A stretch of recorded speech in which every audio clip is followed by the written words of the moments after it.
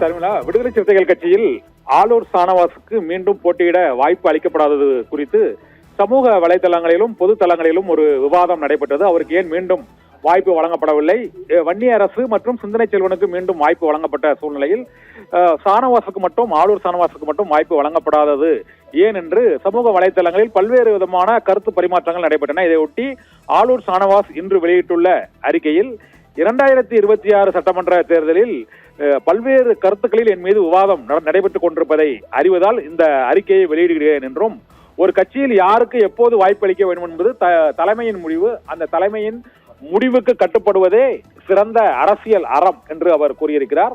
2026 தேர்தலில் விசிக சார்பில் அறிவிக்கப்பட்டுள்ள அந்த 8 வேட்பாளர்களும் வெற்றி பெற நாம் ஒருங்கிணைந்து பணியாற்றுவோம் என்றும், எனது பொது வாழ்க்கையில் சட்டமன்ற உறுப்பினராக இருந்து பணியாற்றியதை விட இன்னும் வீரியத்துடன் தொடர்ந்து அரசியல் களத்தில் பணியாற்றுவேன் என்று அந்த சர்ச்சைக்கு ஒரு முற்றுப்புள்ளி வைத்திருக்கிறார். இதே போல இன்று விடுதலை சிறுத்தைகள் கட்சியின் தலைவர் தொல் திருமாவளவனும் இது தொடர்பாக ஒரு வீடியோ பதிவை வெளியிட்டிருக்கிறார். அதில் தொகுதி ஒதுக்கீட்டில் நாகப்பட்டினம் தொகுதி மீண்டும் வழங்கப்பட்டிருந்தால் அது ஆளூர் ஷானவாஸுக்கே ஒதுக்கீடு செய்யப்பட்டிருக்கும் என்றும், அது தோழமை கட்சிக்கு சென்று விட்டதால் அவருக்கு பொருத்தமான தொகுதி, சாதகமான தொகுதி இல்லாததால் ஆளூர் ஷானவாஸுக்கு அந்த வாய்ப்பு இந்த முறை வழங்கப்படவில்லை. நாங்கள் அரூர் தொகுதியை கேட்டபோது அரக்கோணம் தொகுதியை கொடுத்தார்கள், பல்லாவரம் தொகுதியை கேட்டபோது பன்ருட்டி தொகுதியை கொடுத்தார்கள், இதே போல கள்ளக்குறிச்சி தொகுதியை கொடுத்திருக்கிறார்கள். இதனால் அந்த தொகுதிகளில் ஆளூர் ஷானவாஸ் போட்டியிடுவதற்கான அந்த வாய்ப்பும் சாதகமான சூழ்நிலைகளும் இல்லாத சூழ்நிலையில் அவருக்கு வாய்ப்பு அளிக்கவில்லை என்று விடுதலை சிறுத்தைகள் கட்சியின் தலைவர் திருமாவளவனும் கூறியிருக்கிறார். விடுதலை சிறுத்தைகள் கட்சியின் வேட்பாளர் தேர்வில் எந்த விதமான உள்நோக்கமும் யாரையும் புறக்கணிக்க வேண்டும் என்ற எண்ணமும் இல்லை என்றும், அந்த தொகுதிகளில் உள்ள செல்வாக்கு, தொகுதியின் தன்மை ஆகியவற்றுக்கு ஏற்பவே 8 வேட்பாளர்களும் அறிவிக்கப்பட்டிருக்கிறார்கள் என்றும் அவர் கூறியிருக்கிறார்.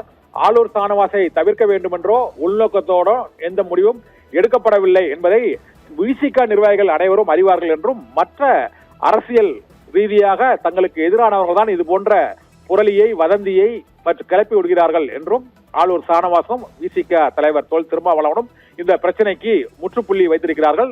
நாங்கள் போட்டியிடும் 8 தொகுதிகளும் கேட்ட தொகுதிகள் கிடைக்காத சூழ்நிலையில் ஆளூர் ஷானவாஸுக்கு இந்த முறை வாய்ப்பு கிடைக்கவில்லை என்றும் கூறியிருக்கிறார். இதே போல சட்டமன்றத்தை விட பொதுத்தளத்தில் நான் வீரியமாக பணியாற்றுவேன், விசிக வேட்பாளர்கள் வெற்றி பெறுவதற்கு நான் முழு ஒத்துழைப்பும் நாங்கள் ஆதரவும் அதற்கான உழைப்பையும் நல்குவேன் என்று ஆளூர் ஷானவாஸும் தெரிவித்திருக்கிறார். இதனால் விசிக வேட்பாளர் தேர்வு தொடர்பான சர்ச்சைக்கு அதனால் விமர்சனத்துக்கு உள்ளானவர்களே அதற்கான பதிலையும் அளித்திருக்கிறார்கள் என்பது குறிப்பிடத்தக்கது. சர்மிளா,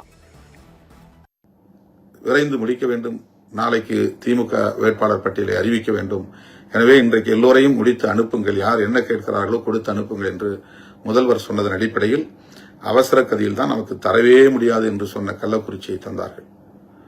அரூர் வேண்டும் என்று வலியுறுத்தி கேட்ட நிலையில் நமக்கு அரக்கோணத்தை தந்தார்கள். பல்லாவரம் வேண்டும் என்று கேட்ட நிலையில் பன்ருட்டியை தந்தார்கள். இப்படி கடைசி நிமிடத்தில் முடிவானது. பன்ருட்டி என்று வந்த பிறகு அளிக்கிறார்கள் என்பதை யாரும் மறுக்க முடியாது.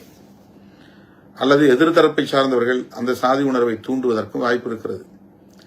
எனவே ஒரு வன்னியரைத்தான், வன்னிய சமூகத்தை சார்ந்த வேட்பாளரைத்தான் அங்கே நியமிக்க வேண்டும், போட்டியிட அனுமதிக்க வேண்டும் என்ற ஒரு கருத்தும் சொல்லப்பட்டது.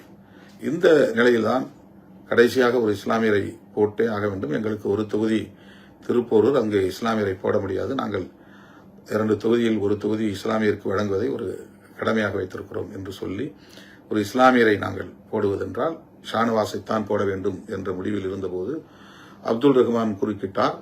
அவர் தன்னுடைய வாய்ப்பை மறுபடியும் வலியுறுத்தினார். ஷானவாஸிடம் சொல்லிக் கொள்ளலாம், இந்த முறை நாம் அப்துல் ரஹ்மானுக்கு தரலாம் என்று நான் என்னுடைய சுயமான சிந்தனையிலிருந்து எடுத்த முடிவு. அது மேலோட்டமாக பார்த்தால் பிழையாக இருக்கும் என்று நீங்கள் கருதலாம், அது பிழையாக கூட இருக்கட்டும். ஆனால் ஷானவாஸ் கூடாது, அவரை தவிர்க்க வேண்டும் என்ற எண்ணத்தில் எடுக்கப்பட்டதல்ல, அப்துல் ரஹ்மானுக்கு ஒரு வாய்ப்பு தருவோம் என்கிற அடிப்படையில் வழங்கப்பட்டது. அவ்வளவுதான், இதில் வேறு எந்த உள்நோக்கம்